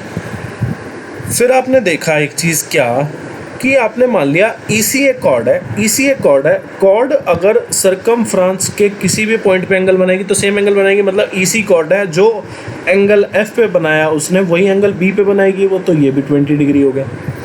फिर आपने एक और चीज़ नोटिस करी क्या, आपने देखा ये भी 90 होगा, ठीक है, आपने देखा ये 90 डिग्री होगा, तो आप देख सकते हो कि ए बी अगर एक डायमीटर है और पॉइंट ई पे जो है वो 90 डिग्री एंगल बना रही है, तो आप बोल सकते हो कि ए बी को डायमीटर मान के मैं एक सर्कल और ड्रॉ कर सकता हूँ। ठीक है, मैंने क्या किया, ए बी को डायमीटर मान के मैंने एक सर्कल और ड्रॉ कर दिया। अब उसके बाद आपको बताना क्या है, यहाँ पे एंगल ई बी एफ आपको बताना, मतलब ये वाला एंगल आपको बताना। देखो आपने देखा दो एंगल बन गए यहाँ पे, मतलब दो आपके पास यहाँ पे सर्कल बन गए। कैसे सॉल्व कर सकते हैं अब इसे,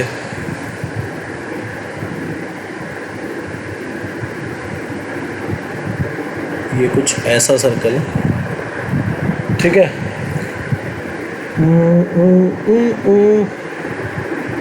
सॉरी, डी से पास होगा ना ये, क्योंकि ए बी जो है, अगर मैं मानूं कि ए बी एक डायमीटर है तो एंगल डी भी तो 90 डिग्री है, तो डी से पास होगा ये। वेट,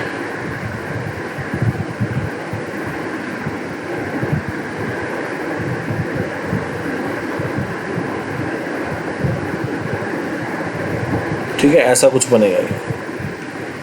अब आपको पता क्या होना चाहिए, आपको ये वाला एंगल निकालना है, तो आपको एक चीज़ पता लग गई, ये 110 का है। उसके बाद अगर आपको ये वाला एंगल पता लग जाए तो बात बन जाए। ठीक है, आपने देखा ये वाला एंगल कितना 90, ये वाला जो एंगल है ये एंगल कितना 90, और ये 20, sum of all angle of triangle कितना होता है 180, तो ये आपके पास कितना आ जाएगा 70 डिग्री आ जाएगा। ठीक है, और अपन लोग कैसे कर सकते हैं इस क्वेश्चन को,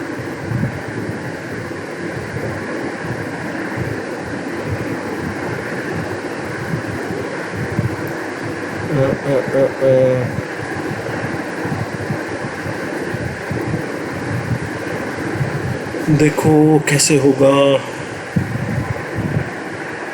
देखो एक और चीज़, आपने देखा कि ये जो आपने डी ई ज्वाइन करी है,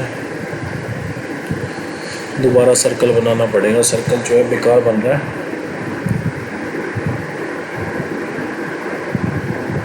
अच्छा, ऐसे बनेगा सर्कल।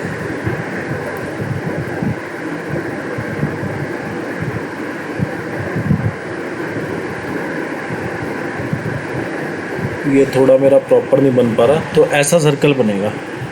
ठीक है, तो आपने देखा कि हम इसमें और क्या कर सकते हैं।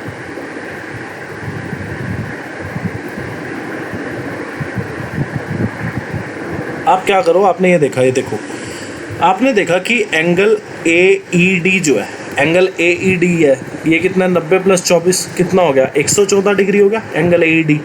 ठीक है, आपको पता है कि ये सर्कल है, ये वाला जो सर्कल है, इसके अंदर ए ई डी बी जो है वो क्वाड्रिलेटरल है, तो ये क्या हो जाएगी आपकी साइक्लिक क्वाड्रिलेटरल। साइक्लिक क्वाड्रिलेटरल में क्या होता है, आमने सामने वालों का जोड़ कितना होता है 180 डिग्री के एंगल के इक्वल।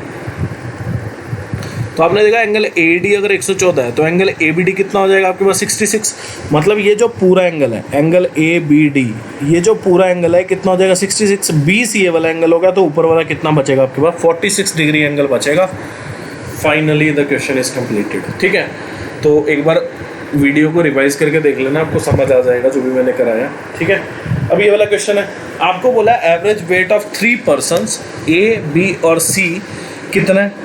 आपने देखा ए बी और सी एवरेज वेट कितना है 60, तो टोटल वेट कितना हो जाएगा 60 × 3 कितना हो जाएगा 180। फिर आपको बोला है कि जब डी ने ग्रुप को ज्वाइन किया तो एवरेज वेट जो है वो 65 हो गया। तो आपने देखा कि A plus B plus C plus D का जो एवरेज है वो कितना है 65, तो टोटल कितना हो जाएगा A plus B plus C plus D 65 × 4, 65 × 2 कितना 130। 130 को अगर मैं 2 गुना मल्टीप्लाई करूँ तो कितना हो जाएगा 260।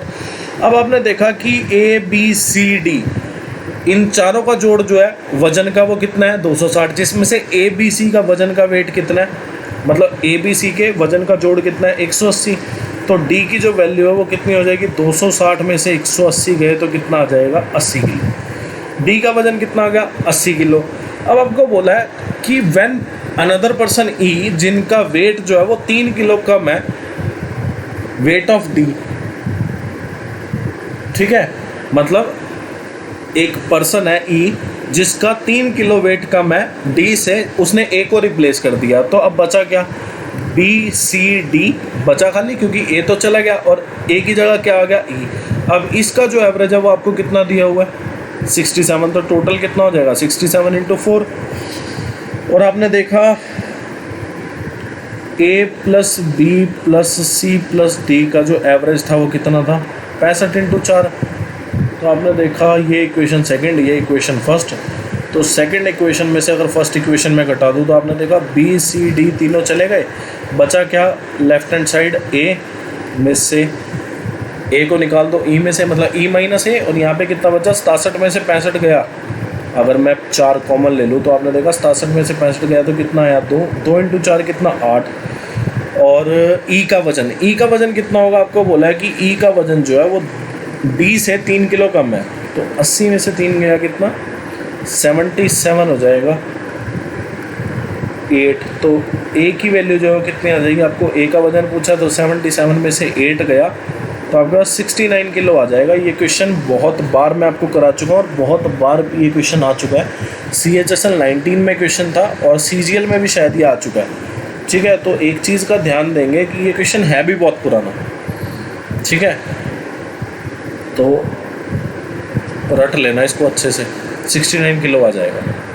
अब ये वाला क्वेश्चन है, देखो आपको हर एक की वैल्यू पता है, tan 60 की पता है √3, कोसेक 30 की पता है आपको कितनी होगी 2, sin 91 sec 30 की पता है 2/√3, sin 45 1/√2, sec 60, cot 30 cos 90 कितना होता है 0 होता है, और cot 30 √3 sec 60 कितना होगा 2, तो रख लेना वैल्यू, आपका आंसर आ जाएगा। अब ये वाला क्वेश्चन है, देखो ये क्वेश्चन मैं आपको करा चुका हूँ, बहुत बार आ चुका है। CHSL 2020 के क्वेश्चन में मैं ये 6ठी बार देख रहा हूँ क्वेश्चन किसी शिफ्ट में आया हुआ। तो पहले जो था एंगल APB आपसे पूछा जाता था, तो उसका आधा जो है वो एंगल OB है या एंगल OAB होगा, तो एंगल APB जो होगा वो इसका 2 गुना हो जाएगा, 42 इंटू 2 84 डिग्री। खुद से ट्राई करना है, आंसर मैंने आपको बता दिया, खुद से ट्राई करना, क्योंकि इस वीडियो में, इस सीरीज़ में, सॉरी इस वीडियो में तो नहीं, इस सीरीज़ में मैं इस क्वेश्चन को 4-5 बार करा चुका हूँ। आपको बोला pair of jean marked at इतना, मतलब मार्क प्राइस कितना 960, is offered in a departmental store, मतलब ऑफर हो रही है वो कितने में 816 में, मतलब सेलिंग प्राइस है जो 816 बताया जा रहा है, मार्क प्राइस इतना है। आपको बोला डिस्काउंट परसेंटेज आपको बतानी है, तो आपने देखा डिस्काउंट कितने का हुआ, आपने देखा 144 का डिस्काउंट हुआ। डिस्काउंट निकालते किस पे, मार्क प्राइस पे, तो डिस्काउंट परसेंटेज क्या आ जाएगा, discount upon mark price into 100%। तो आपने देखा 0 से 0 गया, ये 2 ये 3 और 2 जो है इसको 5 पे काटेगा तो 3 पंजे कितना हो गया 15%। अब ये वाला क्वेश्चन है, आपको बोला एक ट्रायंगल PQR है और TS जो है 2 पॉइंट है किस किस पे, PQ और PR पे, ठीक है, और TS जो है वो पैरेलल है किसके, QR के। और आपको बोला ये, देखो आपको पता है आपको कैसे करना है, आपको सिमिलर पहले प्रूव करनी है, ठीक है। प्रूव करनी क्या आपको पता है, सिमिलर ही है, एंगल P कॉमन है, एंगल PTS जो है PQR के इक्वल होगा, PST जो है PRQ के इक्वल हो जाएगा।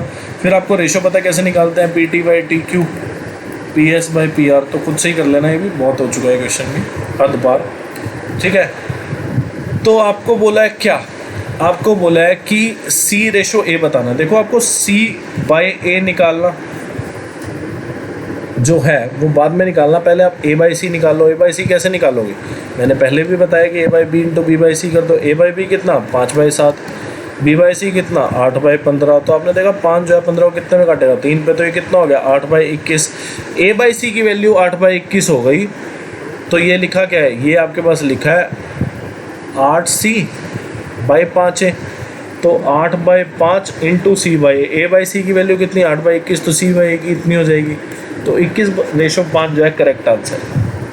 अब ये वाला क्वेश्चन है, अब ये क्वेश्चन जो है what will be the largest, ये तो सेम ही क्वेश्चन है, पहले भी करा दिया। 3 4 के 5 6 के, अब नंबर जो है 6 का डिविजिबल होना चाहिए। 6 को अगर मैं को प्राइम में स्प्लिट करूँ तो नंबर जो है 2 का डिविजिबल और 3 का डिविजिबल होना चाहिए। आपने देखा 6 और 5 11, 11 और 4 11 और 4 15 और 3 18, 18 जो है वो किस पे जाता है 6 पे जाता ही है। मतलब आपको किस किस का डिविजिबिलिटी रूल चेक करना है, 6 पे 3 और 2 का, मतलब अगर 6 पे जाना चाहिए मतलब नंबर 3 पे और 2 पे जाना चाहिए। अब 18 जो है वो किस पे जा रहा है, आपको पता है 18 जो है वो 3 पे भी जा रहा है, वो 2 पे भी जा रहा है, मतलब 6 पे भी जा रहा है, तो इसको इग्नोर कर दो। 0 प्लस बचा क्या 2k, 2k यहाँ लिख दो। अब नंबर जो है इवन होना चाहिए, मतलब k की वैल्यू कौन कौन सी पॉसिबल है, 0 और k की वैल्यू जो है 0, 2, 4, 6, 8।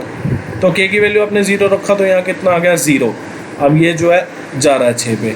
फिर k की वैल्यू आपने 2 रखी तो कितना आ गया 4, k की वैल्यू आपने 4 रखी तो कितना आ गया 8, k की वैल्यू आपने 6 रखी तो कितना आ गया आपके पास 12, और k की वैल्यू 8 रखी तो आपके पास कितना आ गया 16।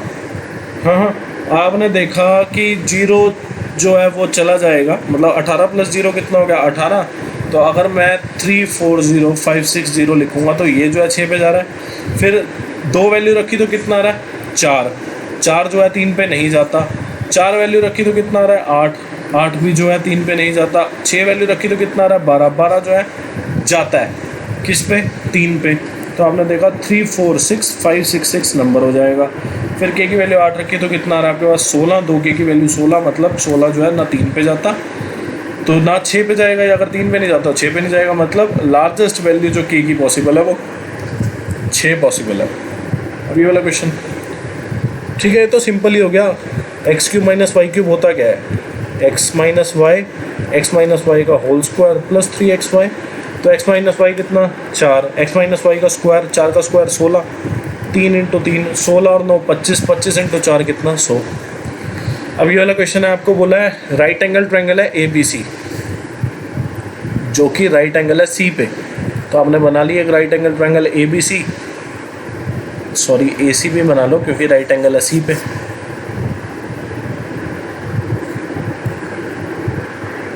ठीक है, तो आपको बोला है सेक A, सेक क्या होता है हाइपोटेन्यूज बाय बेस। तो A एंगल के साथ बेस क्या होगा ये, तो इसकी जो वैल्यू है वो आपके पास कितनी आ जाएगी 5।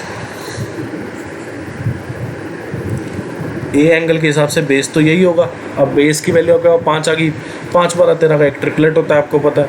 तो 1 प्लस साइन है, साइन के सामने जो होगा वो क्या होगा, मतलब A के सामने जो होगा वो परपेंडिकुलर होगा, और परपेंडिकुलर बाय हाइपोटेन्यूज होता है साइन। और कॉस भी जो है वो क्या होगा बेस बाय परपेंडिकुलर। तो ये कितना हो गया 12 बाय 13। तो आपने देखा 13 प्लस 12 बाय 13, 12 बाय 13, तो ये कितना हो गया 25 बाय 12, जो कि आपका करेक्ट आंसर है।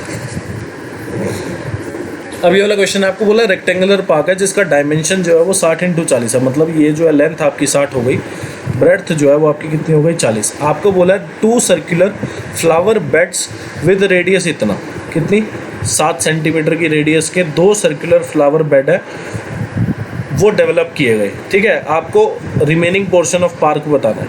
ठीक है, इसका एरिया आपको बताना है। तो एरिया कितना हो जाएगा इसका, रेक्टेंगल का एरिया माइनस दोनों सर्कल का एरिया। तो आपने देखा दोनों सर्कल का एरिया जोड़ूं तो आपने देखा सर्कल तो दोनों बराबर हैं क्योंकि रेडियस दोनों की सेम है। तो आपने देखा एक सर्कल का एरिया कितना हो जाएगा 2 पाई आर स्क्वायर, सॉरी एक सर्कल का एरिया कितना हो जाएगा पाई आर स्क्वायर। तो 2 सर्कल का इतना एरिया कितना हो जाएगा 2 पाई आर स्क्वायर, क्योंकि दोनों सर्कल जो है वो सेम है। तो आपने देखा 2 पाई आर की वैल्यू कितनी 7 इंटू 7। ठीक है, तो रिमेनिंग एरिया जो है वो आ जाएगा length into breadth in minus pi by square और माइनस पाई बाई स्क्वायर। तो हमने देखा 2400 और आपने देखा 44 को अगर मैं 7 से मल्टीप्लाई करूं तो ये कितना आ जाएगा, ये आ जाएगा क्या 308। तो 2400 में से जब आप 308 घटाएंगे तो आपके पास कितना आ जाएगा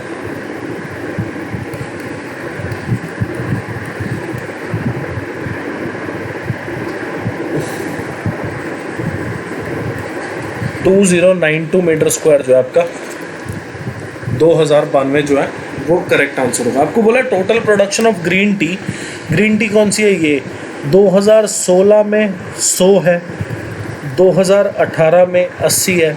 is what percentage of the total production of herbal tea in 2015 और 2017। तो हर्बल टी कौन सी है, ये लास्ट वाली। तो 120 और 100 और 120 कितना हो गया 220। तो ये आपके पास कितना आ गया 180 बाय 220, 0 से 0 गया, तो ये हो गया 9 बाई 11। तो 900/11%, 900/11% क्या होता है? 81.81%। करेक्ट आंसर है सी। आपको बोला है how much more is the production in, production कौन सा है? ये वाला, इन 2015 और 2017। तो आपने देखा प्रोडक्शन कितनी है? 1350 taken together then the sales in 2016। Sale जो 2016 में इतनी, 2018 में इतनी, तो ये कितनी ज़्यादा है? तो आपने देखा कि 425 ज़्यादा है। What is the percentage of maximum increase or reduction in the production of the company in comparison to previous year? तो आपने देखा कि 600 से 628 हो गया, तो कितने का इंक्रीमेंट? 28/600।